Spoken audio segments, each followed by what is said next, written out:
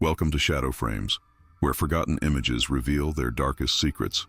Tonight, we peer into a seemingly ordinary photograph that hides a chilling revelation beneath its weathered surface. The photograph in question dates back to 1910, a time when the Edwardian era was in full swing. The image shows a peaceful beach scene, captured during the golden age of seaside holidays when coastal towns blossomed with visitors seeking respite from industrial life. At first glance, there's nothing remarkable about this particular beach photograph. The sepia tones have faded to a soft yellow-brown, the edges slightly curled and worn with age. It depicts a wide sandy shoreline on what appears to be a pleasant summer day. Sunlight sparkles on gentle waves rolling toward the shore. Victorian and Edwardian beachgoers can be seen dotting the landscape. Ladies with parasols and long dresses, gentlemen in stiff collars despite the heat, children playing near the water's edge. Perhaps it was taken at Brighton or Blackpool, or one of the many fashionable coastal resorts that drew crowds during that bygone era. The photographer likely intended to capture nothing more than a pleasant day by the sea, a memento of leisure time when industrial Britain escaped to its shores. For over a century, this image remained unremarkable, just another vacation photograph tucked away in an album, eventually finding its way to historical archives where it sat mostly unexamined, until historians decided to take a closer look. Modern digital technology allows us to enhance and enlarge portions of old photographs that might have gone unnoticed to the naked eye. When researchers began digitizing this collection of Edwardian beach photography, something disturbing emerged from the grainy details. There, partially obscured by distance and the photograph's natural deterioration, were human forms that didn't match the casual postures of the other beachgoers. These weren't people enjoying a seaside holiday. They were bodies. Multiple human figures lay stretched across the sand in the distant background of the image, too far away to be clearly identified by the original viewers, too still to be merely resting. Their presence raises disturbing questions. Were they victims of drowning? Was there some forgotten disaster that day that claimed multiple lives? Or something more sinister? A crime captured inadvertently by a tourist's camera? Most unsettling is that while these figures lie motionless on the sand, life continues around them. Children build sandcastles nearby. Couples stroll along the shoreline.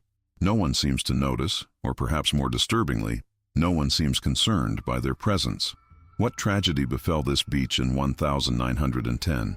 Was this evidence of a maritime disaster, bodies washed ashore after a shipwreck, or perhaps victims of violence, deliberately positioned where they might blend into the background of an ordinary scene?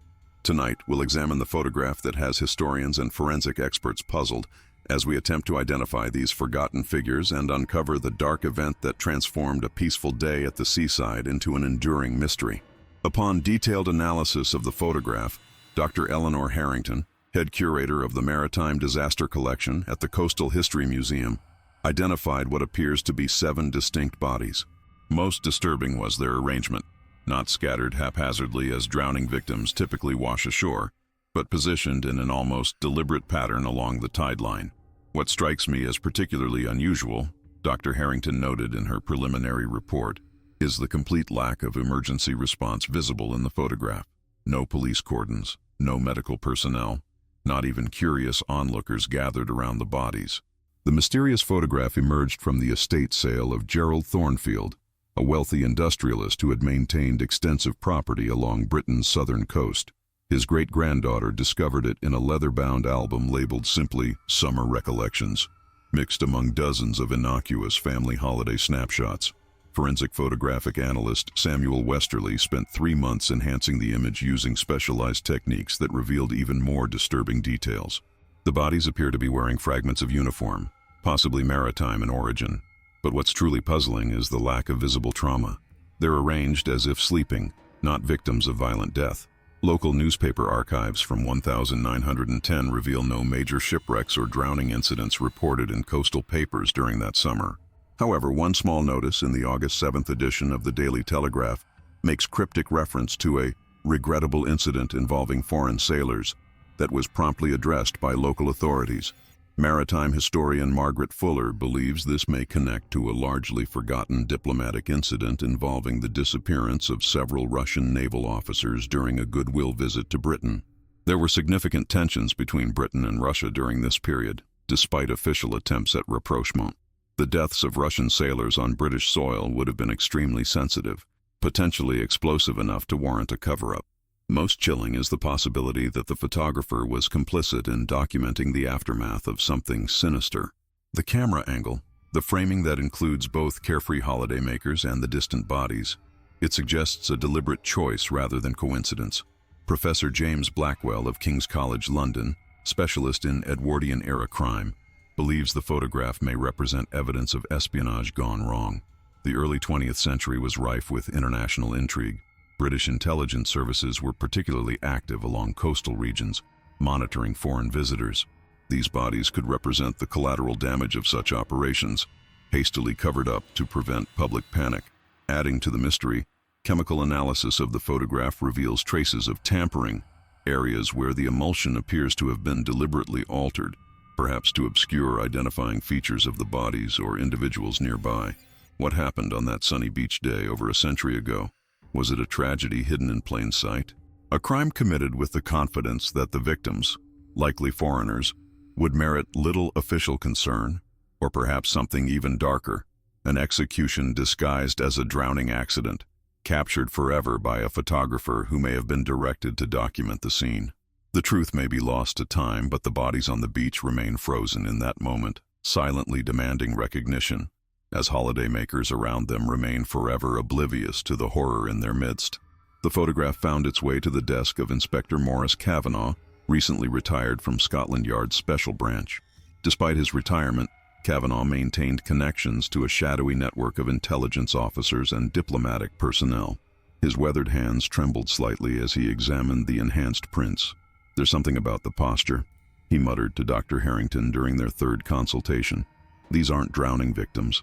Look at the arms, positioned too carefully at their sides, and notice the spacing between them. It's ceremonial." Kavanagh's observation led researchers to explore a new avenue: ritualistic killing.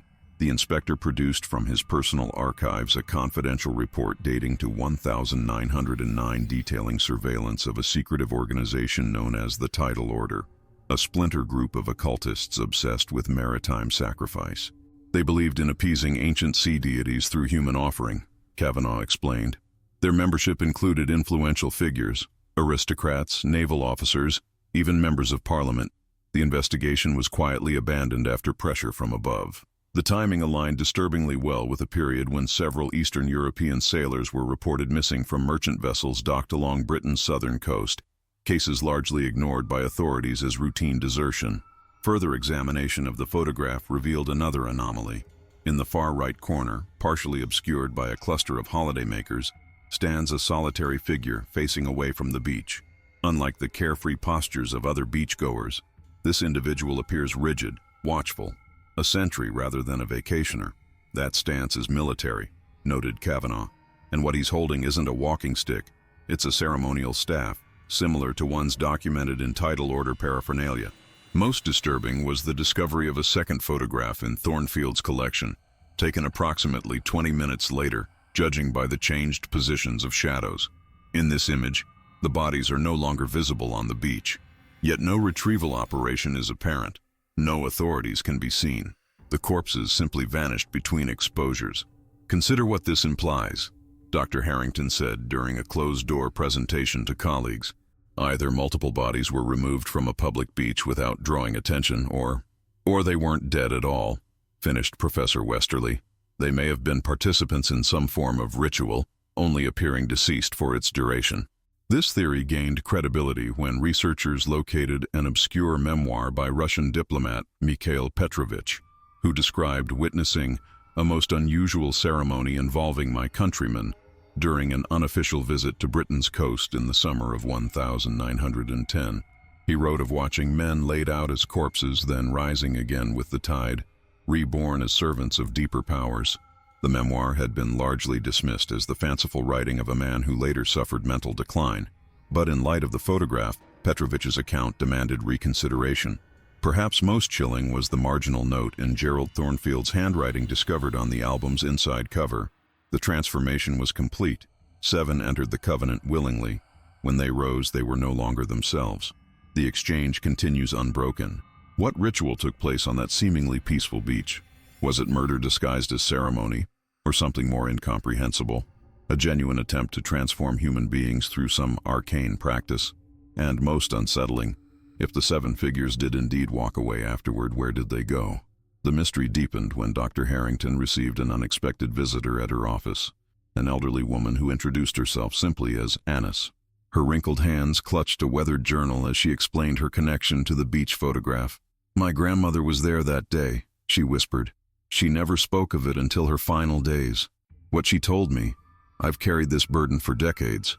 The journal contained the fevered writings of Constance Merrick, who at 19 had been employed as a lady's companion to Catherine Thornfield, Gerald Thornfield's wife. Constance's account described witnessing the Thornfields participating in what she called the exchange at dawn, hours before tourists arrived. 7 men came from the sea. Harrington read aloud from the journal. They wore strange medallions bearing symbols I dare not reproduce. Each carried a small sealed box. Then 7 others, Englishmen in formal attire, walked into the water fully clothed, Mr. Thornfield among them. None emerged. The foreigners changed into the clothes provided and collapsed upon the sand in perfect formation. According to Constance, Catherine Thornfield instructed her to photograph the scene twice, once at the beginning of the ritual and once after its completion. She was forbidden from capturing the moment of transition when the bodies supposedly reanimated. "My grandmother believed those weren't dead bodies at all," Annis explained, "but living men in some sort of trance." She claimed the 7 who walked into the sea, including Thornfield, were never seen again. Yet somehow Gerald Thornfield continued to appear in public afterward. Inspector Kavanaugh consulted Naval Intelligence archives and made a startling discovery. Physical descriptions of Gerald Thornfield in documents before and after 1,910 showed subtle but unmistakable differences. His height increased by 1 inch. A childhood scar vanished. His handwriting showed distinct alterations in pressure and slant. "Whatever happened on that beach," Kavanaugh muttered, "the man who returned to the Thornfield estate wasn't the same person who left it." Most troubling was Annis's final revelation. A set of coordinates inscribed in her grandmother's journal, marking a location 20 miles offshore, along with a cryptic note: "Every 30 years, the exchange must be honored. 7 go out, 7 return. The pattern continues." Dr. Harrington checked historical records against this 30-year cycle and found a disturbing pattern. In 1940, during the chaos of wartime evacuation, 7 bodies were briefly reported on the same stretch of beach before officials removed them, attributing the deaths to a German attack. In 1970, local papers mentioned 7 drowning victims discovered by morning walkers, later determined to be Eastern European refugees. The next exchange would be due this year. "We need to examine Thornfield's descendants," Harrington told Kavanaugh urgently. "If my theory is correct, the current generation may be preparing for another ceremony." "That won't be necessary," came a smooth voice from the doorway. A tall man entered, bearing an unmistakable resemblance to the figure in the original photograph, the distant watcher with the staff. "My family's affairs are quite private, Dr. Harrington, and I'm afraid you've seen rather too much of them already."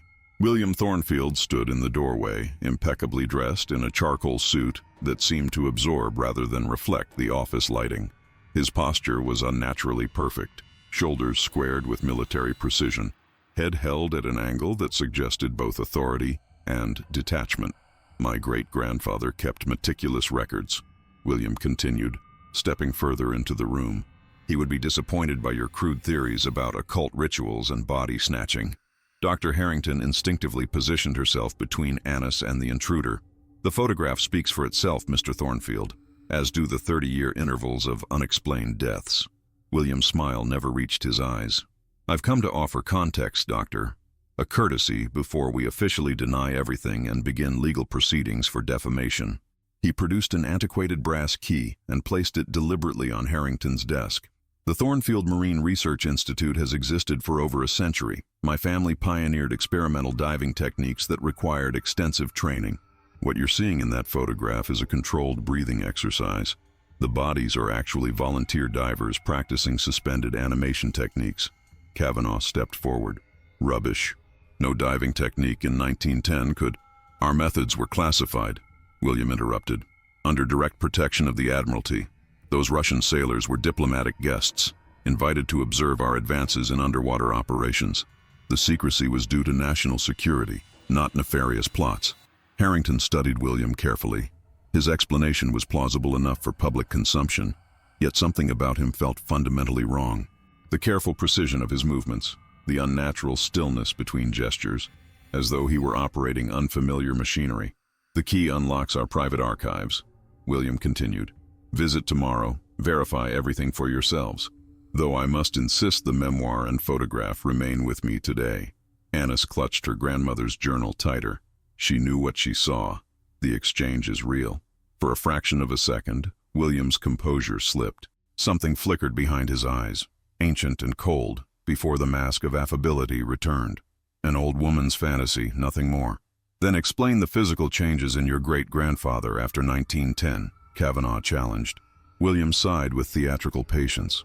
Experimental diving has consequences. Pressure changes, exotic gas mixtures. They altered his physiology. Nothing supernatural about it. He glanced at his watch, a peculiar timepiece with astronomical markings instead of numbers. The tide is turning. I really must insist we conclude this now. The phrase triggered something in Harrington's memory. A line from Constance's journal. When the tide turns, they become more themselves, their true nature briefly visible. She glanced at the window. The afternoon sun cast William's shadow across the floor, a shadow that seemed oddly elongated with proportions that didn't quite match the man casting it. What did your family receive in exchange for their participation, Mr. Thornfield? Harrington asked quietly. What was in those boxes the 7 men brought from the sea? William's expression hardened. Knowledge, advancement, evolution. His voice dropped to nearly a whisper. The future belongs to those willing to transform. His hand moved toward his jacket pocket, where something bulged in an unnatural shape. Now, I really must insist that this investigation end immediately. The tension in Dr. Harrington's office crystallized as William's hand hovered near his pocket. Kavanaugh shifted his weight, ready to intervene, but froze when William withdrew not a weapon, but a small, iridescent object that defied easy description. Something between a shell and a gemstone, emanating a subtle bluish glow. This is what transformation looks like, William said, voice suddenly resonating with unnatural harmonics. A fragment from the first exchange in 1850. My family didn't initiate this process. We merely recognized its value. The object pulsed with light and time with the distant ocean tides, visible through the office window. As it brightened, the skin around William's collar seemed to ripple subtly, revealing what appeared to be fine, almost translucent gill-like structures beneath. Every 30 years they returned to select new vessels, Annis whispered, backing away. My grandmother called them the Deep Stewards. Dr. Harrington maintained her scholarly composure despite mounting dread. Who are they, exactly? Not who, William replied. What? Something ancient that slumbered beneath the continental shelf until human industry, shipments, sonar, undersea mining, disturbed their hibernation. They require human forms to navigate our world. Kavanaugh scoffed. You expect us to believe your family hosts some kind of parasitic entities? Symbiotic, William corrected, his pupils dilating until almost no iris remained. We retain our memories, gain extended life, immunity to disease, and access to knowledge beyond human comprehension. The original exchange participants lived well into their hundreds, though they required increasing periods underwater as they aged. The room temperature dropped perceptibly. On Harrington's desk, a glass of water developed intricate frost patterns along its surface.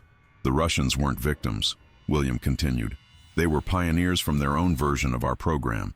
The exchange was a diplomatic arrangement, shared resources, shared transformation. 7 of ours, 7 of theirs. Both governments benefited from the arrangement while maintaining plausible deniability. Harrington's academic skepticism battled with the inexplicable evidence before her. And what happens during the exchange itself? William's expression became almost wistful. The human consciousness transfers to a suitable deep ocean form, while what dwells below takes residence here. He tapped his chest. Perfect equilibrium. And those who resist? Kavanaugh demanded. William's smile revealed teeth that seemed too numerous, too sharp. There is no resistance once selection occurs. The call becomes irresistible. A sudden realization dawned on Harrington as she examined historical photographs pinned to her research board. The 7 bodies in 1940 and 1970, they weren't the same as the original exchange participants. You've been recruiting, expanding, William corrected. Each cycle requires new vessels. The population grows. How many now? Harrington whispered. Enough to influence governments, redirect scientific inquiry, ensure the oceans remain sufficiently unexplored. William checked his strange timepiece again. And now, with deep-sea mining operations threatening their breeding grounds, we require more significant intervention. He stepped toward the window, gazing out at the distant shoreline. This year's exchange will be different. 7 has always been ceremonial, a nod to the first encounter. But times change. Evolution demands adaptation. How many this time? Kavanaugh asked, voice hoarse. William turned, his eyes now completely black, reflecting nothing. 700, and you 3 shall have front row seats. The coastal town of Havensmouth had never been particularly busy in October, but today the beach was unnaturally empty, save for Dr. Harrington, Inspector Kavanaugh, and Annis, who sat bound to wooden chairs at the tide line. Before them, William Thornfield stood ankle-deep in the lapping waves, flanked by 7 figures in pristine white linen suits, their faces expressionless as they stared toward the horizon. "The coordinates in your grandmother's journal," William said to Annis without turning, "mark the entrance to their nursery chamber. For generations we protected that location, ensuring vessels could safely transport them to shore during each exchange." The afternoon sun hung low, casting long shadows across the damp sand. Harrington noticed how those shadows seemed to move independently of their owners, stretching and contracting with subtle, deliberate movements. 700, Kavanaugh muttered through swollen lips, the result of his failed escape attempt. "You can't possibly manage that many disappearances without alerting authorities." William laughed, a sound like water rushing through stone. "Who says they'll disappear? The modern era offers so many more elegant solutions.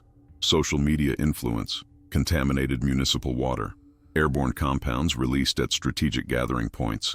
Those selected will simply walk into the sea of their own accord." As if to illustrate his point, a young couple appeared at the far end of the beach. They moved with the jerky, disjointed motions of marionettes, their faces slack and eyes fixed forward.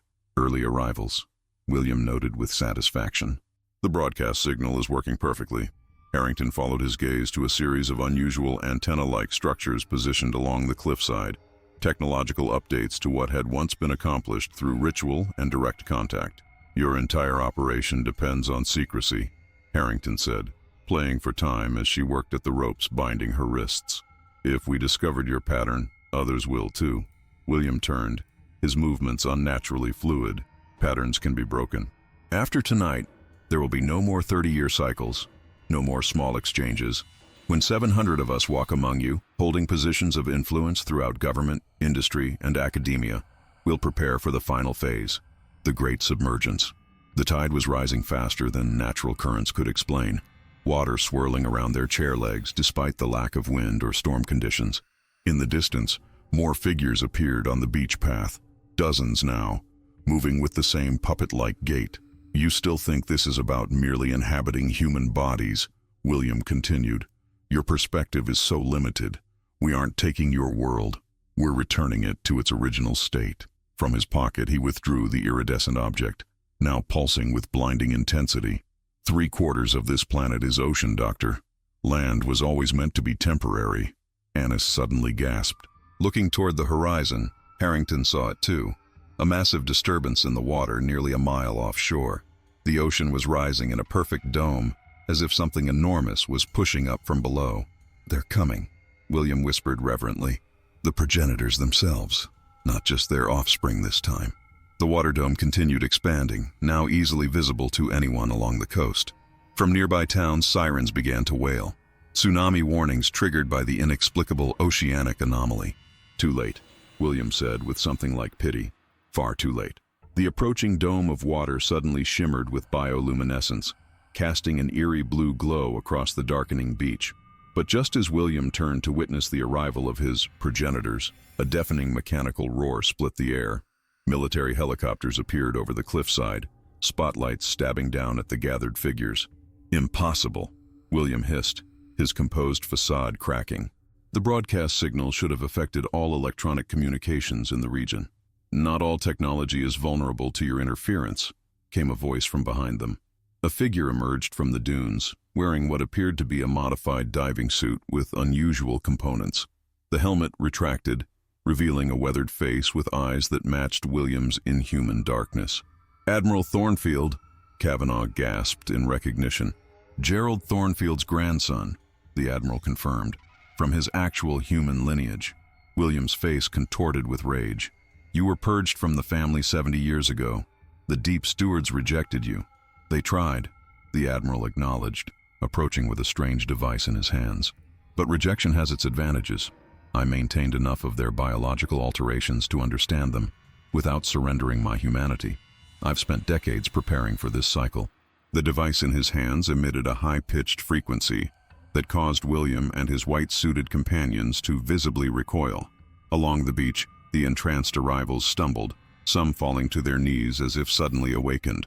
"The military has known about the exchange since 1940, the Admiral explained to the captives as he cut their bonds. "We couldn't intervene directly without risking exposure of the entities. They've thoroughly infiltrated certain government branches, but not all of them. Some of us formed a containment protocol."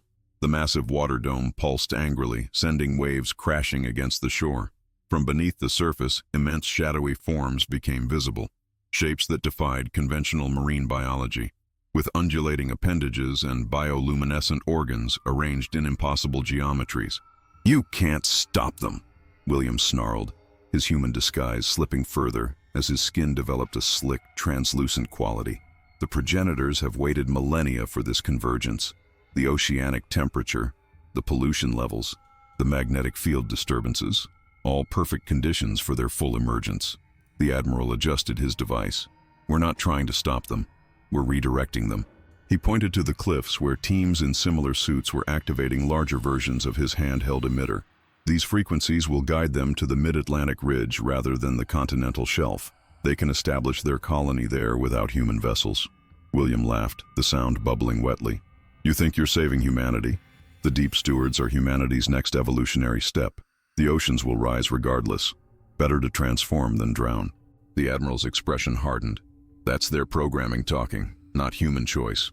As military personnel evacuated the entranced arrivals, Harrington noticed the tide receding abnormally fast, the water pulling back as if gathering itself for something cataclysmic. "It's working," the Admiral said, checking readings on his wrist device.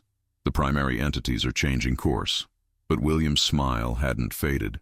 If anything, it had widened impossibly, splitting his face almost to the ears. "You've misunderstood their adaptability, cousin. If they can't take 700 at once," his eyes flicked meaningfully toward Harrington, Kavanaugh, and Annis, "they'll simply take the 3 who've seen too much." The sand beneath their feet began to tremble and liquefy. The ground beneath them transformed into a quicksand-like morass, pulling them downward with terrifying speed. Harrington felt icy tendrils wrapping around her ankles, not mere saturated sand, but something alive and purposeful.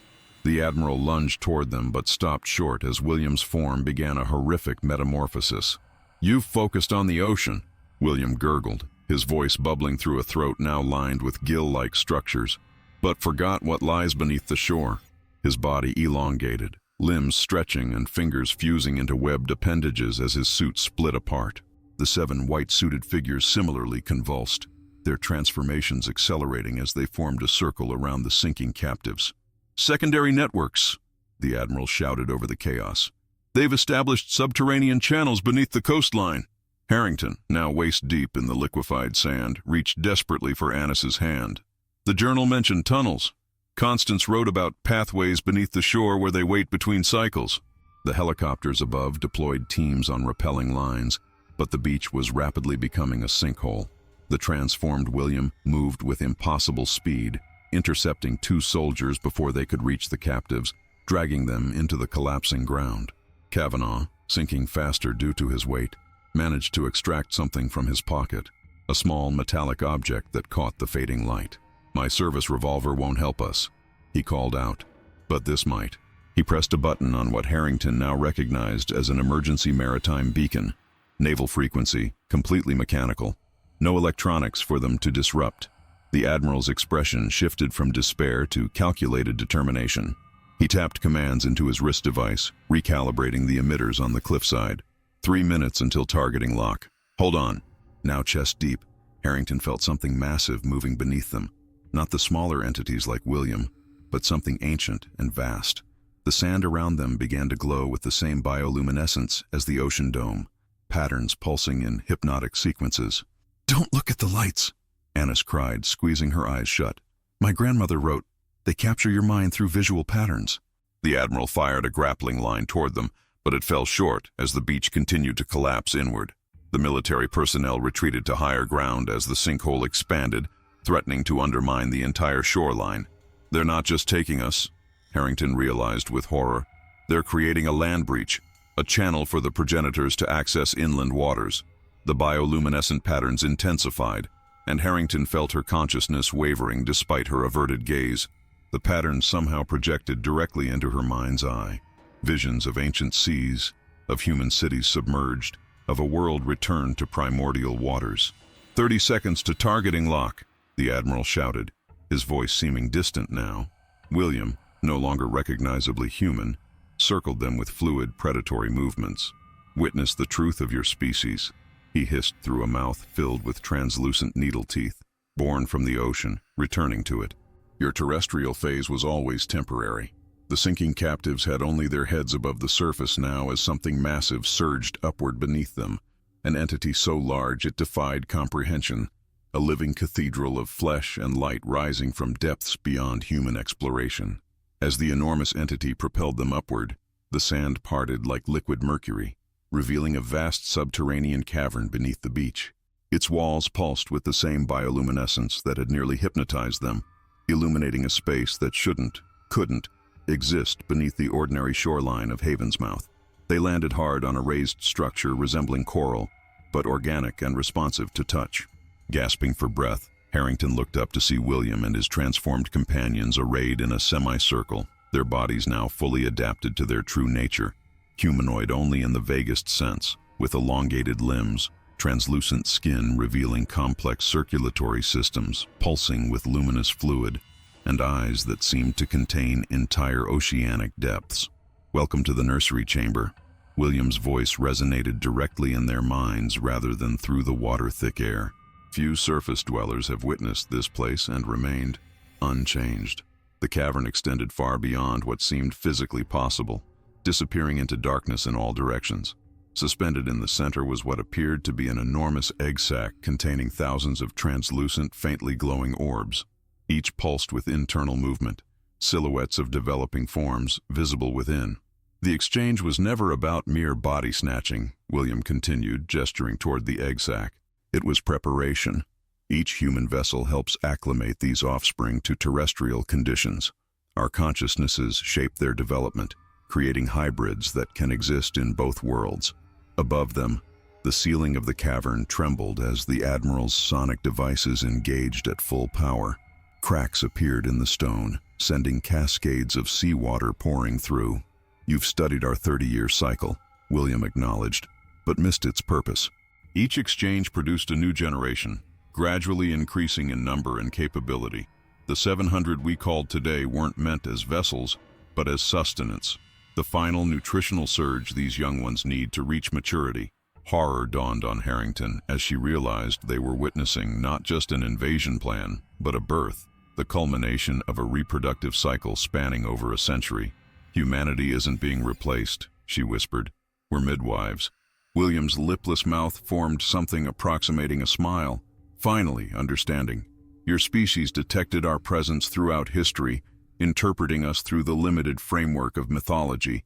Sirens, sea gods, mer-people. We were never separate from humanity. We've been guiding your evolution since you crawled from the primordial ooze." The egg sac pulsed more intensely as the chamber continued to destabilize. Several of the orbs detached, floating toward the trembling ceiling where the military operation continued its assault. "The Admiral's intervention has merely accelerated our timetable," William observed calmly. "These offspring are ready enough.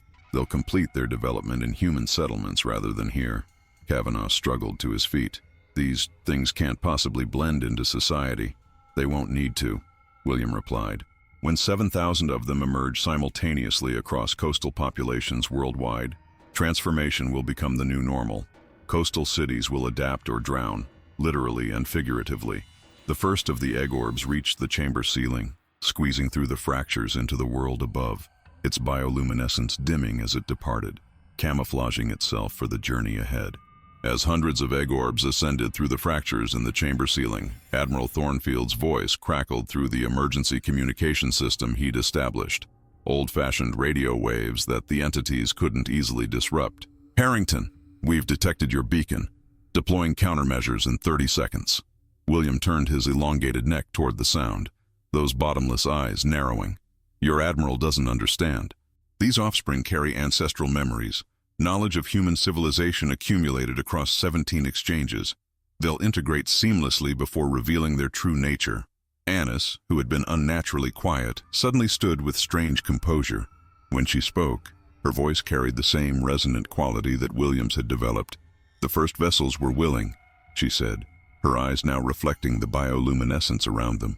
"My grandmother wasn't merely a witness, she was a participant." Harrington stared in horror as Annis's skin began developing the same translucent quality as Williams. "The journal, you've had it for decades. Long enough for gradual adaptation," Annis confirmed. "Some of us serve as dormant vessels between cycles, maintaining human appearance while carrying their consciousness." The journal contained more than words, microscopic spores embedded in the paper, absorbed through skin contact. Above them, military personnel deployed devices into the fractures, silver canisters that hissed as they released a dense compound into the chamber. Where the substance contacted the rising egg orbs, their membranes hardened and cracked, the embryonic forms within shuddering violently. "Copper-based neutralizing agent," the Admiral's voice explained. "Disrupts their molecular cohesion." William hissed, the sound like steam escaping pressurized pipes. "Primitive countermeasures. You've studied us for 70 years, yet understand so little." The damaged egg orbs didn't die as expected. Instead, they rapidly adapted, their membranes thickening and developing protective layers. The embryos within accelerated their development, becoming more defined, more humanoid, with each passing moment. "You've triggered their emergency maturation protocol," Annis explained with something like maternal pride. "Threat response always accelerates evolution." Harrington's scientific mind raced ahead of her terror. "If these are the offspring of the deep stewards, what are the progenitors you mentioned?" William gestured toward the dark water now pooling at the chamber's lowest point. "The original engineers, those who first shaped primitive life on this planet. They've returned to oversee this culmination." From the deepening pool rose a massive tendril, not flesh, but something between liquid and light, constantly shifting in form and color.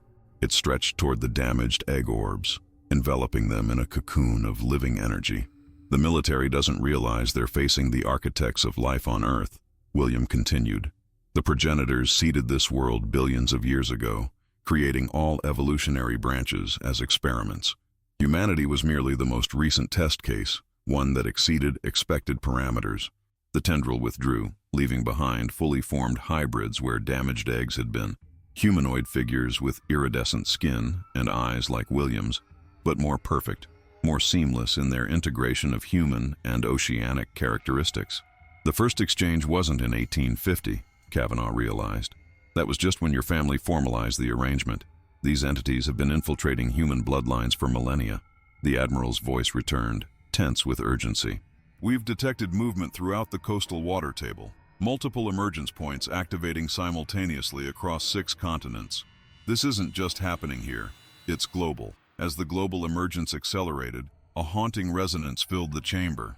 Not sound, but something more fundamental. Vibrations that seemed to alter the fabric of reality itself. The newborn hybrids responded to this signal, their movements synchronizing with unnerving precision. "This communication wasn't meant for human perception," Harrington whispered, feeling the vibrations rattling her teeth, restructuring her thoughts. "It's affecting us on a cellular level." The Admiral's voice crackled through again. "We've established a perimeter around 17 emergence points. The Navy has deployed experimental sonic barriers along major harbors, but we're detecting anomalous ocean floor activity extending into inland waterways. Rivers, lakes, reservoirs."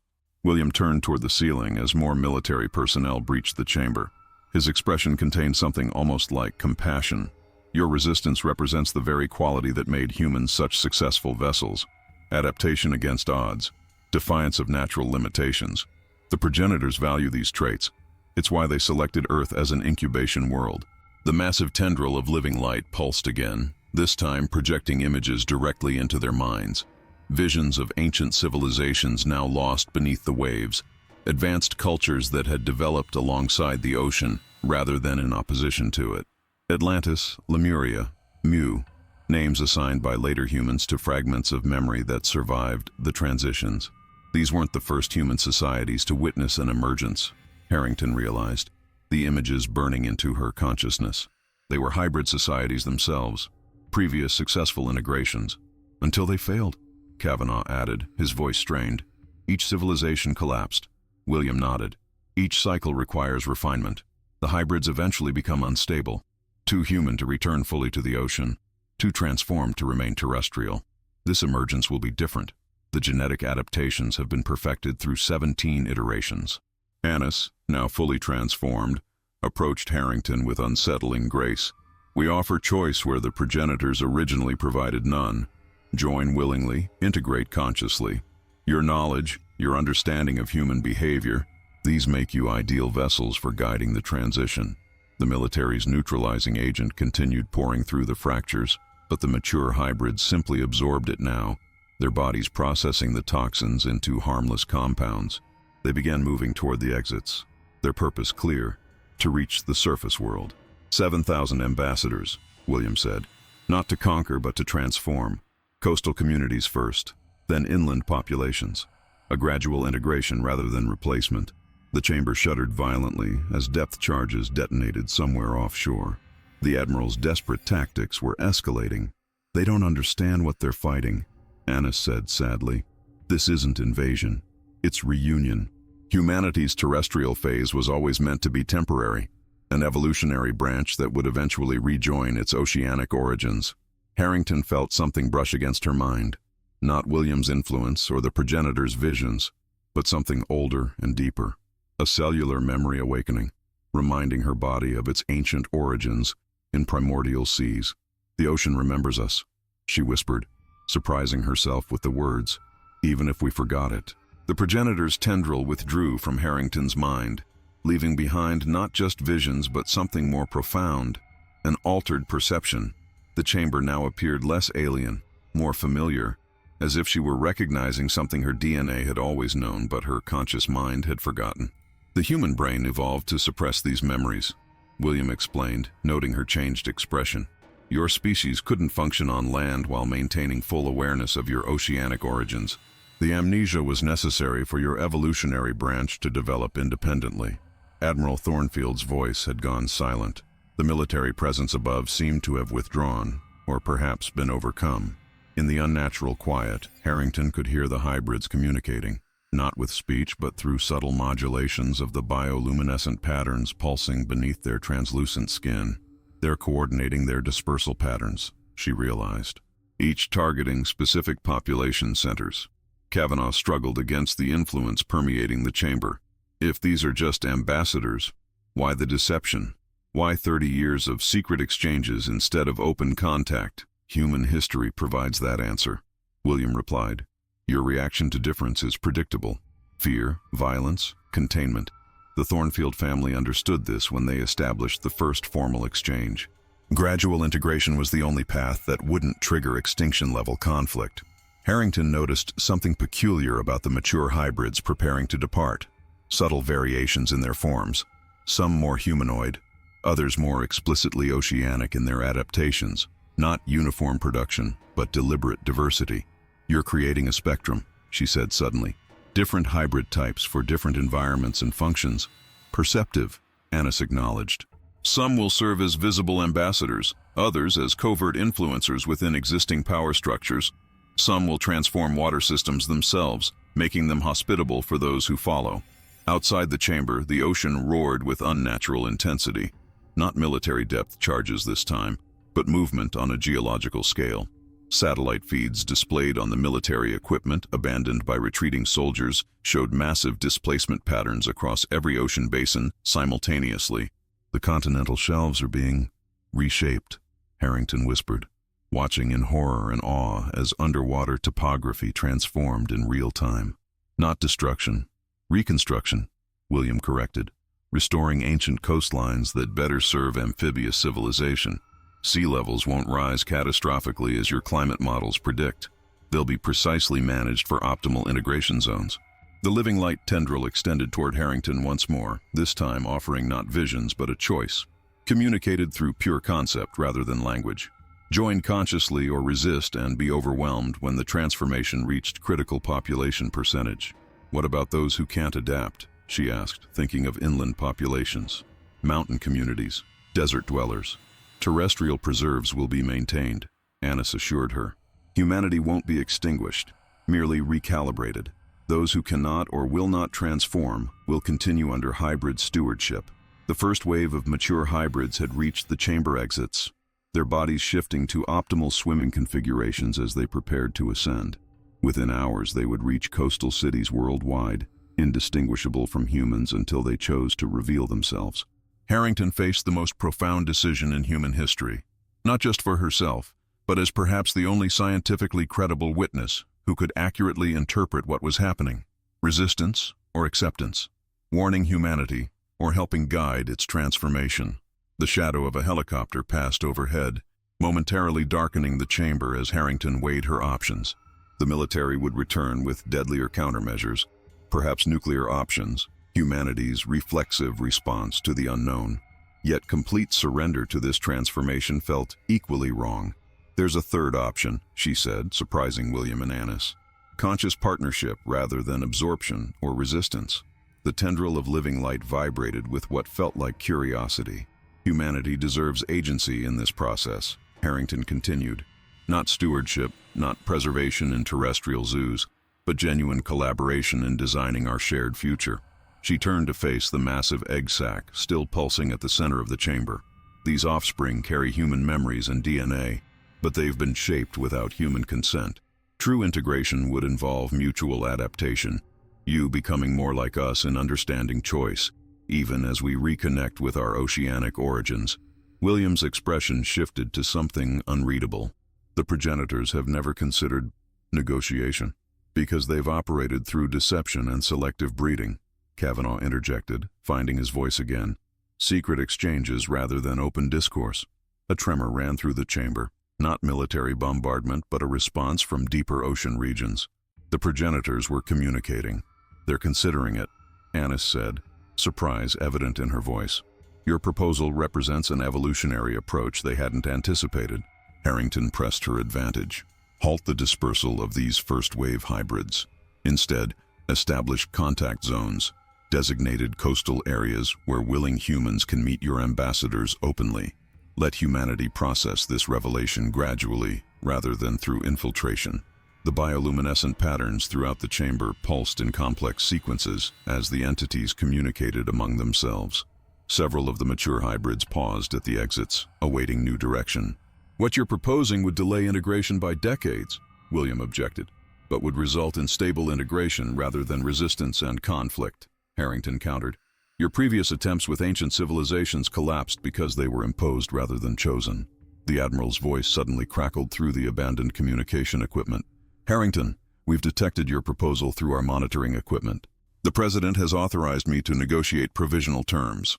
The tendril of living light expanded, forming a translucent screen across which images flashed at incomprehensible speed.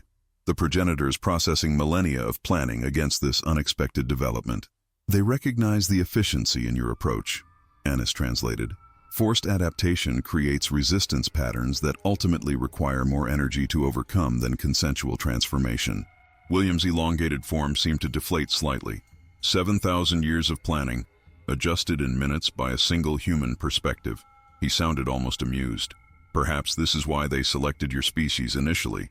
Unpredictability creates evolutionary advantages. The tendril withdrew from the screen configuration, instead forming what appeared to be a symbolic hand, extended toward Harrington in a gesture universally recognized across human cultures. They're offering terms, Annis whispered. The first diplomatic exchange with the architects of life on Earth. With hands steadied by scientific purpose, Dr. Harrington approached the luminescent tendril hand. The chamber hummed with ancient energies as human and progenitor established first contact, not as conqueror and subject, but as evolutionary relatives reconnecting after millions of years of divergent development. "I accept your gesture, but not your timeline," Harrington said firmly. "Humanity requires preparation, controlled disclosure, not sudden revelation." The Admiral's voice strengthened through the communication system. "The Security Council has convened an emergency session. 7 coastal nations have already detected emergence activities and mobilized responses. We need immediate cessation of hybrid deployment." The tendril hand pulsed with colors that transcended human visual spectrum, communicating directly into Harrington's consciousness. Images flooded her mind. Rising sea temperatures, collapsing oceanic ecosystems, humanity's industrial pollutants, triggering premature awakening of the progenitors from their deep-sea hibernation chambers. They weren't scheduled to initiate contact for another century, William explained, his voice carrying unexpected vulnerability. Human activity forced their hand. "Then we begin with environmental collaboration," Harrington countered. "Your knowledge of oceanic systems, our technological infrastructure, combined to address the crisis both our species face." The massive egg sac at the chamber center contracted, pulling the remaining embryonic forms deeper into its protective matrix, a gesture of restraint that spoke volumes. The mature hybrids already at the exits turned, swimming back toward the chamber center in perfect synchronization. 3 years, Harrington proposed. Controlled contact zones established at 17 locations globally. Scientific exchange protocols developed openly. No covert infiltration. Kavanaugh stepped forward, his military background lending authority to his words. "And complete withdrawal of all currently embedded hybrids from human positions of influence. Transparency is non-negotiable." William and Annis exchanged complex bioluminescent patterns before responding. "Most current hybrids cannot survive without their oceanic connection cycles. Withdrawal would mean their deaths." "Then they identify themselves openly," Harrington insisted. "No more deception." The tendril hand contracted briefly before extending again, this time forming a more complex shape resembling a double helix, the molecular structure common to both species' genetic codes. "They agree to your core terms," Annis translated, "with one condition. The progenitors request a human ambassador to accompany them to their deep-sea council chambers, someone who can represent humanity's interests during the transition planning." All eyes turned to Harrington. "The physiological adaptations would be temporary," William assured her. "You would return mostly unchanged." "Mostly?" she questioned. "Some perspective shifts are irreversible," he acknowledged. "You would never see your world quite the same way again." The chamber shuddered as military vessels positioned themselves overhead. Humanity's paranoia versus the opportunity for unprecedented understanding stretched before her like a chasm. "If I agree," Harrington asked, "what guarantees do I have that the terms will be honored while I'm away?" The tendril hand divided, one portion extending toward her while the other reached upward, through the chamber ceiling extending beyond their sight, simultaneously offering personal connection and global commitment. In that moment, standing between worlds, Dr. Eleanor Harrington made the most consequential decision in human history. 6 months into her role as humanity's ambassador, Dr. Harrington floated within the progenitor's deep-sea council chamber, her temporarily adapted body processing oxygen directly from water. The bioluminescent patterns dancing across her skin had become a language more nuanced than any spoken word, allowing her to communicate directly with the ancient beings who had shaped Earth's evolutionary path. 3 miles beneath the North Atlantic, the council chamber defied human architectural concepts. A living matrix of coral-like structures housing 7 progenitors whose massive, ever-shifting forms made William and his transformed companions seem almost conventionally human by comparison. "The surface governments grow impatient," Harrington communicated through pattern speech. "The controlled contact zones have seen increasing military presence despite our agreements." The eldest progenitor, a being who had witnessed continental drift reshape Earth's topography, responded with patterns suggesting both concern and resignation. "Predictable defense responses. Your species' fear mechanisms persist despite rational understanding." Harrington had learned that the progenitors' perception of time made them dangerously patient. 3 years might seem reasonable to beings who thought in geological epochs, but humanity needed visible progress. "The withdrawal of embedded hybrids proceeds too slowly," she pressed. 27 world leaders, 42 corporate executives and over 100 scientific directors have revealed their dual nature, but intelligence agencies believe hundreds more remain hidden. "Many fear persecution," came William's response as he entered the chamber, his form now fully adapted to deep-sea pressure. 3 hybrid diplomats were assassinated in Copenhagen last week.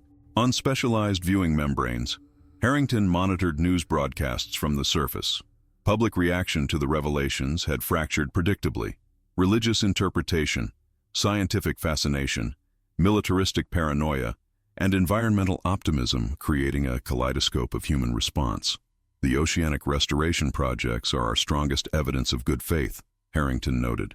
"Coral reef regeneration has exceeded all projections. Commercially valuable fish populations have tripled in protected zones. The youngest progenitor, merely several thousand years old, pulsed with impatient patterns. Yet extraction industries continue attacking deep-water thermal vents, critical to our reproductive cycles. This tension underscored the fundamental challenge: 2 intelligent species with overlapping yet distinct needs, sharing a planet neither could abandon." Admiral Thornfield's communique illuminated her specialized membrane. Chinese military deploying sonar weapons near Mariana contact zone. Hybrids reporting severe neurological distress. Diplomatic channel failing. Harrington faced the Progenitor Council with resolute determination. "We need a more dramatic demonstration of integration benefits. The theoretical has not convinced enough humans." After a complex exchange of light patterns, the eldest progenitor extended a tendril toward the central archive, a living database containing millennia of accumulated knowledge. "We will release medical adaptations previously withheld," they decided.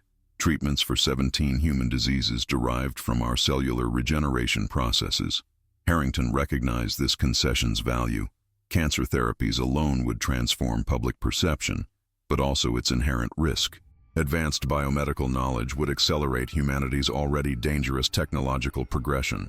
"A gesture of trust requires vulnerability from both sides," she acknowledged, activating her emergency return protocol. She needed to deliver this development personally. As her specially designed ascension pod detached from the council chamber, Harrington wondered if she was witnessing the next great evolutionary leap, or merely the latest in a cycle of failed integrations that had shaped Earth's history since before humans walked upright. The progenitor's medical knowledge transformed global perception within weeks. Diseases considered incurable yielded to treatments derived from oceanic biochemistry, creating unprecedented goodwill. At contact zones, lines of desperate patients stretched for miles, many openly embracing the hybrid physicians whose translucent hands worked miracles. Yet as Harrington monitored these developments from her apartment overlooking the Havensmouth contact zone, she noticed William had gone conspicuously silent. 3 weeks without communication from her primary liaison troubled her deeply. "The original Thornfield journals arrived this morning," Admiral Thornfield informed her during their secure daily briefing. "Our archivists discovered hidden spectral ink visible only under specific light frequencies. The thermal-treated pages revealed Gerald Thornfield's true account, vastly different from the sanitized version that had guided their understanding. The first exchange hadn't been diplomatic but desperate, a last-ditch effort to prevent what Gerald called the submergence. The progenitors were never architects but refugees," Harrington whispered, the revelation shaking her to her core. "They didn't seed Earth with life. They fled here when their own world underwent catastrophic transformation." The journals detailed how the original progenitors, merely 7 at first, had arrived during Earth's primordial period, adapting and influencing evolution to eventually create compatible host species. Humanity wasn't their masterpiece, but their salvation. "They're dying," Admiral Thornfield concluded, tracing patterns that matched declining deep-sea temperatures in specific regions. The medical knowledge wasn't goodwill, it's preservation insurance. Harrington's temporarily adapted physiology allowed her to perceive subtle patterns in oceanographic data invisible to unmodified humans. The progenitors were fabricating an environmental crisis to accelerate integration while concealing their dwindling numbers. Each 30-year cycle produced fewer viable offspring, she realized. The 7,000 figure William cited was aspiration, not reality. The entire species might number fewer than 500. This explained the rushed timeline, the desperate acceleration of contact. Not invasion, but rescue. genetic absorption to preserve a dying species through human hosts. Annis appeared at her door that evening, her partly human form trembling with strain. William has been detained by the council. He revealed too much to you. The progenitors aren't preparing Earth for themselves, Harrington concluded. They're preparing humans to leave Earth entirely. Annis's bioluminescence flickered in confirmation. The oceanic adaptations, the genetic modifications, they're preparing compatible vessels for deep space migration. Earth's oceans mirror the composition of their original world, but this planet's increasing instability makes it temporary at best. The terrible truth crystallized in Harrington's mind. The progenitors had experienced planetary collapse before. Their advanced consciousness could perceive Earth's systems interconnectedly, recognizing patterns humans couldn't see. Their models predicted catastrophic climate cascade within a century, beyond human capacity to mitigate. The exchange isn't about conquering humanity, Annis whispered. It's about saving fragments of both our species before this world follows the same path as theirs. Harrington stared at the bustling contact zone below, watching transformed and untransformed humans working together, unaware they were practicing for extinction rather than integration. Harrington stood at the water's edge where it had all begun, the evidence assembled like pieces of a cosmic puzzle. The Thornfield journals, Annis's revelations, and the medical technologies too advanced to be merely altruistic, all pointed toward a truth more complex than invasion or integration. You figured it out then, Admiral Thornfield said, joining her on the moonlit shore. That's why I recommended you from the beginning. Your mind makes connections others miss. How long have you known? She asked, watching the tide retreat, the water itself seeming to withdraw as if in confession. Suspected since 1972. Confirmed after recovering tissue samples from the hybrid casualties in Copenhagen. Their cellular structure contains adaptations specifically designed for void survival. Deep space, not deep ocean. Above them, the stars seemed suddenly cold and distant. Harrington's temporarily modified vision allowed her to perceive them differently now, not as navigation points or astronomical objects, but as potential harbors. The question remains, Kavanaugh said, emerging from the shadows where he'd been listening. Do we expose this plan or participate in it? The contact zone behind them hummed with activity, even at this late hour. Humans and hybrids exchanging knowledge, developing technologies, building relationships, all unwittingly preparing for an exodus most would never understand. Their world died because they ignored planetary warning signs, Harrington said quietly. They're witnessing the same patterns here. The mathematics are irrefutable. From the water, William's form emerged, gaunt and diminished from his detention, but purpose still evident in his otherworldly eyes. The council has voted to offer final disclosure, he announced. No more deception, but they fear humanity's reaction. With reason, Kavanaugh noted. The public barely accepts oceanic hybrids. Tell them it's preparation for leaving Earth entirely. Panic, rejection, violence, Annis finished, joining their shoreline conclave. Everything we've worked to prevent. Harrington watched a family near the contact zone, parents with a child suffering from formerly terminal illness, now healed by progenitor medicine. The child's laughter carried across the sand as they built an intricate structure, not a simple castle, but something resembling the architecture of the deep-sea chambers she'd visited. We don't tell them everything at once, she decided. We frame it as precautionary adaptation, species resilience, insurance against environmental uncertainty. A partial truth, William acknowledged. A compassionate one, Harrington corrected. Humans need time to understand their place in a larger cosmic story. The tide had reached its lowest point, revealing something embedded in the wet sand, the remnants of an ancient structure, geometric patterns too precise to be natural, too weathered to be recent. Another civilization that faced this choice, William said softly. They rejected adaptation, chose to remain purely human. The admiral studied the formation. How long ago? 12,000 years, before your recorded history. Harrington knelt, touching the ancient stones, and were standing on what became of them. The tide pool beside the ancient structure suddenly illuminated with bioluminescence, forming a natural projection that displayed mathematical equations beyond current human understanding. Harrington recognized elements from her time in the deep council chambers, calculations mapping Earth's remaining viability timeline against the development rate of hybrid adaptation. 7 generations, William translated as the natural display pulsed. That's their projection for complete integration and preparation before planetary systems reach irreversible tipping points. Nearly 200 years, Admiral Thornfield calculated, longer than they initially claimed. Harrington studied the complex projections. Because they're seeing our potential for the first time. Collaborative adaptation rather than guided replacement changes all their models. The ancient structure beneath their feet began resonating with the tide pool's energy, revealing itself as more than ruins. It was a dormant communication node, one of many scattered across Earth's coastlines. 12,000 years of silent waiting, now reawakening. They're activating the global network, Annis whispered, her body responding involuntarily to the emanations. The complete truth will be accessible to anyone with partial adaptation. Harrington felt a sudden shift in her temporarily modified physiology, new neural pathways opening, connecting her to something vast and ancient, not control or override, but shared consciousness, a living library of both species' complete histories, failures, and hopes.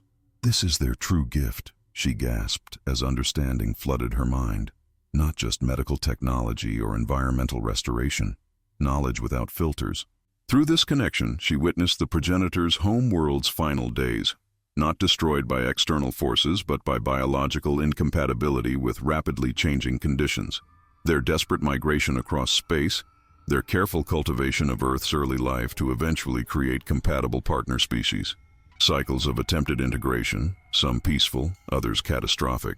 They've tried 17 times to establish true symbiosis with terrestrial species, Kavanaugh said, his military mind accessing strategic portions of the shared knowledge. Dinosaurs were their most promising attempt before the asteroid. Early hominids showed potential but lacked sufficient complexity. Modern humans represent their final possibility.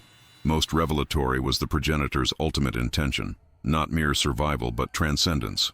The hybridization program wasn't preparing vessels for physical space travel, but for consciousness transfer beyond corporal limitation. Physical adaptation was merely the first stage in evolution toward something neither species could achieve alone. They don't want our bodies or our planet, Harrington realized. They want partnership in becoming something entirely new. William nodded solemnly. The exchange was never about replacement but genuine fusion, creating entities capable of surviving what comes next. As dawn broke over the horizon, hundreds of people from the contact zone were drawn to the shore, responding to signals only partially adapted humans could perceive. They gathered around the ancient structure in silent understanding as knowledge transferred without words. Humanity faced its most profound choice: continue alone on a dying world, or embrace adaptation and participate in an evolutionary leap beyond anything either species had achieved independently. Not an ending, Harrington whispered, watching comprehension dawn across upturned faces. A beginning. The ancient structure beneath their feet pulsed with increasing urgency as the first light of dawn spread across the horizon. The gathered crowd, hybrid and human alike, stood transfixed as the final piece of the cosmic puzzle revealed itself through the shared consciousness network. It was never about saving either species, Harrington whispered as the terrible truth crystallized in her mind. The progenitors didn't come here as refugees or conquerors. The living database projected images of Earth's earliest days, not as the progenitors had described them, but as they truly were. The ancient beings hadn't arrived on Earth but had emerged from it, birthed from the planet's core in Earth's infancy, when the boundary between organic and inorganic was still fluid. They're Earth's first children, Admiral Thornfield breathed, his military composure cracking. And we're their younger siblings. The projection showed how the progenitors had retreated to the ocean depths when solar radiation intensified, evolving along a separate path while guiding surface evolution toward compatible forms, not for consumption or replacement, but for companionship. The profound loneliness of an intelligence evolving in isolation for billions of years. The 7,000-year cycle, the 30-year exchanges, they weren't preparation for exodus, William acknowledged, his bioluminescence dimming with something like shame. They were attempts at reunion. The mathematical equations shifted, revealing the true pattern. Earth itself was awakening.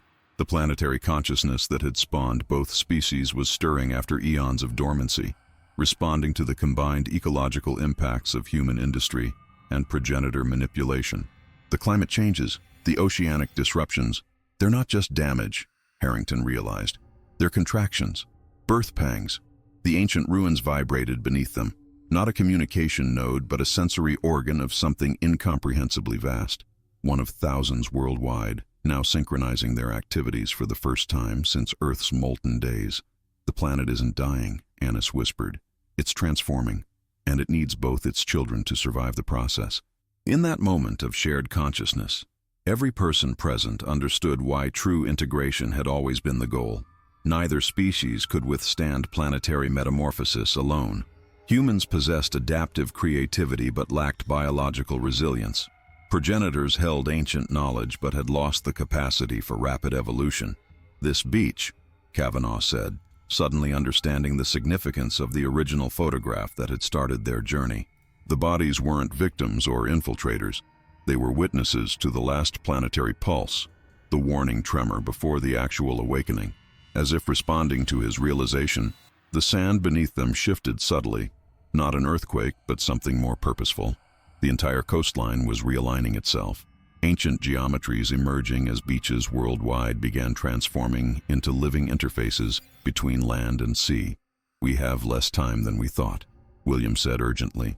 "The planetary consciousness reaches full awakening within 1 generation, not 7. When it does, only fully integrated hybrid communities will survive the transformation." The truth was both more wondrous and terrifying than anything they had imagined. Earth itself was the greatest intelligence, and after 4 billion years, it was finally ready to join the cosmic conversation. As the planetary consciousness continued awakening, subtle transformations rippled across Haven's mouth. Trees bent toward the contact zone despite windless air, their roots visibly extending toward the ancient structure. Insects and birds adopted new migration patterns, spiraling in geometric formations that mirrored the mathematical equations illuminating the tide pools. Even the contact zone's architecture began to shift, metal supports bending and realigning overnight into more organic configurations. "We're witnessing planetary autoimmune response," Harrington explained during an emergency global broadcast. Her partially adapted body now served as an interface, enabling her to translate complex concepts between species. Earth isn't rejecting humanity or the progenitors. It's incorporating us both into its next developmental stage. Worldwide, coastal communities reported similar phenomena. Ancient structures long dismissed as primitive temples or natural formations awakened from dormancy, their true purpose now evident as sensory organs of the planetary consciousness. Archaeologists in Peru, Egypt, and Japan simultaneously discovered that seemingly unrelated ancient sites formed perfect nodes in a global neural network when mapped together. The melting ice caps, the shifting weather patterns, they're not environmental catastrophe, Admiral Thornfield testified before the United Nations Security Council. They're deliberate reconfiguration, preparing Earth's surface for its transformed state. Public response fractured along predictable lines. Religious communities incorporated the revelations into existing frameworks, many seeing divine design in the planetary consciousness. Scientific institutions struggled with paradigms being rewritten daily. Governments oscillated between resistance and pragmatic adaptation as evidence mounted that fighting the transformation was futile. Most profoundly affected were children born after initial contact. They displayed unprecedented cognitive connections to the awakening planet, intuitive understanding of complex ecological systems, dreams shared across continents, and the spontaneous development of bioluminescent communication patterns, even without physical adaptation. "They're not becoming hybrids," Annis observed, while studying a classroom of 6-year-olds who could communicate simultaneously through speech and light patterns. "They're evolving into something neither human nor progenitor, true children of an awakening planet."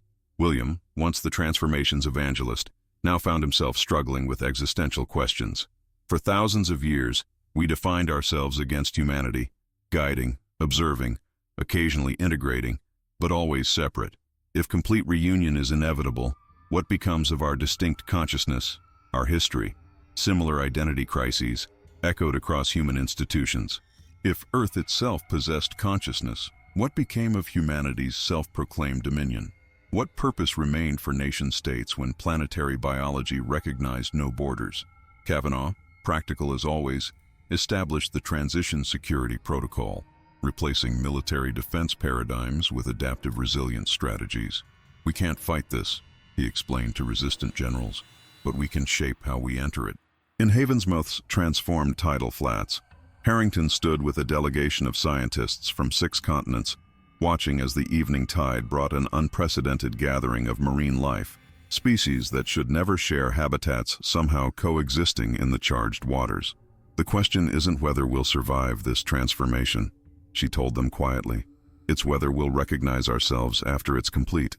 The original beach photograph that started their journey found its final resting place in the center of Havensmouth's Integration Museum, suspended in a specialized field that preserved its physical form while allowing visitors to experience its hidden dimensions. No longer a mere image on paper, it had become a living window into history, each viewer perceiving different layers depending on their level of adaptation. "Remarkable how something so ordinary contained such truth," Harrington mused, studying it one final time before the museum's grand opening. Her partially adapted body had stabilized in recent months, neither fully human nor hybrid, but something uniquely balanced between worlds. The temporary changes had become permanent, marking her as one of the first generation of true intermediaries. Children especially could see beyond the photograph's surface, instinctively perceiving the pattern of bodies that adults had needed specialized equipment to identify. They didn't view the scene with horror, but recognition, understanding the cyclical nature of transformation that had shaped Earth since its formation. William approached, his form having undergone its own remarkable evolution. Rather than the monstrous transformation of their first encounter, his body had refined into something elegantly adapted for both environments, capable of moving between ocean depths and surface world with equal grace. "The exchange continues, but not as we understood it," he acknowledged, gesturing toward the international delegation touring the museum. "Not taking or replacing, but genuine sharing." Admiral Thornfield, now Ambassador Thornfield, led representatives from 37 nations through exhibits documenting each stage of contact. His weathered face bore the marks of a man who had witnessed humanity's greatest paradigm shift and helped guide it toward cooperation rather than conflict. "The military archives have been fully declassified," he informed Harrington. "Every surveillance photograph, every classified report on the exchanges since 1940. No more secrets between species." Annis had chosen a different path, leading the first deep-sea human settlement, a community of volunteers establishing permanent residence alongside progenitor councils. Their regular transmissions showed humans and ancient beings collaborating on technologies that worked with planetary systems rather than against them. Kavanaugh appeared at Harrington's side, characteristically practical despite the philosophical nature of their achievement. "The transition zones are expanding faster than projected. 17 new coastal nodes activated last week alone. And inland communities?" Harrington inquired. "Adaptation proceeding smoothly where citizens receive proper preparation," he reported. "Resistance persists in isolated regions, but even there, the children show spontaneous compatibility." Outside the museum windows, Havensmouth bore little resemblance to the sleepy coastal town where their journey began. Buildings gracefully incorporated living materials, streets followed flow patterns that mimicked oceanic currents, and human residents displayed varying degrees of adaptation, some with subtle gill structures, others with bioluminescent communication capabilities, all coexisting with fully hybrid individuals. The beach itself had transformed most dramatically, no longer merely sand and water but a living interface, responsive to those who walked upon it. Where the original photograph had been taken, a permanent tide pool maintained the perfect depth for humans and ocean-adapted species to interact comfortably. "Do you think they knew?" Kavanaugh asked, nodding toward the photograph. "Those beachgoers in 1910, strolling past what looked like bodies on the sand, did they sense they were witnessing something profound?" Harrington smiled. "Perhaps not consciously, but somehow they preserved the moment that would eventually reveal everything." The last beachgoers departed the Integration Museum as twilight settled over Havensmouth, leaving Harrington alone with the photograph that had changed everything. She traced her fingers along the display case, feeling the subtle vibration, the planetary consciousness acknowledging her touch through even this small fragment of its awareness. "They're calling it the Great Remembering," came a voice from the shadows. The figure who emerged wasn't William or Annis or any of her colleagues, but an elderly woman Harrington had never seen before, yet somehow recognized instantly. "You're Catherine Thornfield," Harrington whispered. "But that's impossible. You would be over 140 years old." The woman smiled, her skin bearing the same translucent quality as William's, but with an ancient elegance that spoke of the original exchange. The first integration granted certain longevities. I've watched from the periphery all these decades, waiting for the cycle to complete itself. She approached the photograph, her movements carrying the fluid grace of someone who had long ago adapted to both worlds. My husband didn't understand what we were witnessing that day. None of us truly did. We thought we were gaining power over nature, when we were actually being incorporated into something vastly larger. Catherine gestured toward the windows where the transformed town glowed with bioluminescent pathways. The exchange was never meant to be one event, or even a series of events every 30 years. It was always intended as a continuous process, the gradual awakening of a shared consciousness between planet and inhabitants. Harrington studied the ancient woman's eyes, dark and depthless like William's, yet holding a wisdom he hadn't achieved. Why reveal yourself now, after remaining hidden for over a century? Because the final phase begins tonight, Catherine replied softly. Look, beyond the windows, the ocean had begun to glow, not with bioluminescent organisms, but with something more fundamental, the seawater itself illuminating from within. Along the shoreline, the ancient structures pulsed in synchronization, their rhythms matching the heartbeats of every adapted person within miles. What's happening? Harrington asked, feeling her own partially adapted body resonating with the gathering energy. The planetary consciousness is consolidating, Catherine explained. Until now, it has been fragmented, divided between oceanic awareness and terrestrial intelligence. Tonight, the barrier dissolves completely. Across the horizon, similar glows appeared from distant coastlines, other contact zones activating simultaneously worldwide. The night sky reflected the illumination, creating an aurora-like effect visible from space. Will humanity survive this consolidation? Harrington asked, voicing the fear that had haunted her throughout the integration process. Catherine's expression softened. That depends on what you mean by humanity. The species that walked this beach in 1910? No, but then they weren't the same humans who painted cave walls 10,000 years earlier either. Evolution has never asked permission. She placed a weathered hand over the photograph. The real question isn't whether we survive, but what we become in the process. And that, Dr. Harrington, is what you're about to witness. As the oceanic illumination reached its crescendo, Catherine led Harrington to the shoreline where humans and hybrids gathered in silent communion. The water rose not in threatening waves, but in precisely controlled columns, living architecture forming before their eyes. Each column contained suspended memories, prehistoric oceans, dinosaur extinctions, human civilizations rising and falling, and countless exchange ceremonies throughout history. The photograph revealed bodies on a beach, Catherine murmured, but missed the greater truth, that those bodies weren't victims, but volunteers, consciousness choosing transformation, as it has since the first microbes developed awareness. Harrington watched as children waded fearlessly into the glowing water, their small bodies temporarily illuminated from within as the planetary consciousness acknowledged them. They emerged unchanged physically, yet profoundly different, their eyes carrying the same depthless knowing that marked Catherine and William.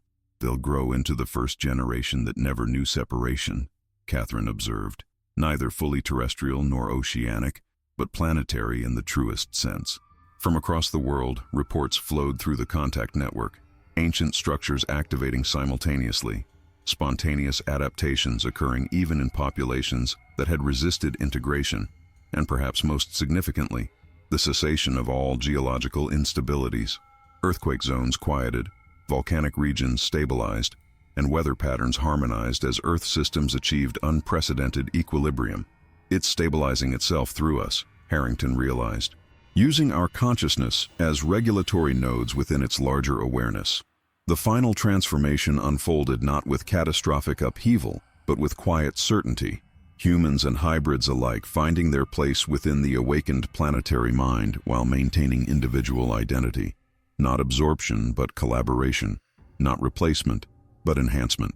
1 year later, Dr. Harrington stood before the original photograph, now installed in the global archives of planetary consciousness. Beside it hung a new image, taken from the same beach angle, but showing the transformed coastline with its living architecture and adapted inhabitants. The true power of the photograph was never what it showed, she explained to gathered students whose bodies displayed various degrees of adaptation, but what it preserved, A moment of transition captured by someone who couldn't possibly understand what they were witnessing. William joined her, his form now settled into its final adapted state. The exchange continues daily now, rather than generationally. Each human born carries the capacity for both worlds from their first breath. Admiral Thornfield, his aged face now bearing subtle gill structures around his neck, nodded thoughtfully. When we first saw those bodies on the beach, we assumed tragedy. Now we understand they were simply between states, not dead but becoming. As night fell, Harrington walked the shoreline alone, feeling the gentle pulse of 7 billion consciousnesses connected through the planetary awareness. The beach responded to her footsteps, subtle bioluminescence tracing her path as she contemplated how completely their understanding had transformed. The 1910 photographer had captured more than bodies on a beach. They had inadvertently documented Earth's awakening process, a planetary consciousness reaching toward its children across time, waiting for the moment when they could finally perceive it. Another photograph, another dark secret revealed. Until next time, this has been Shadow Frames.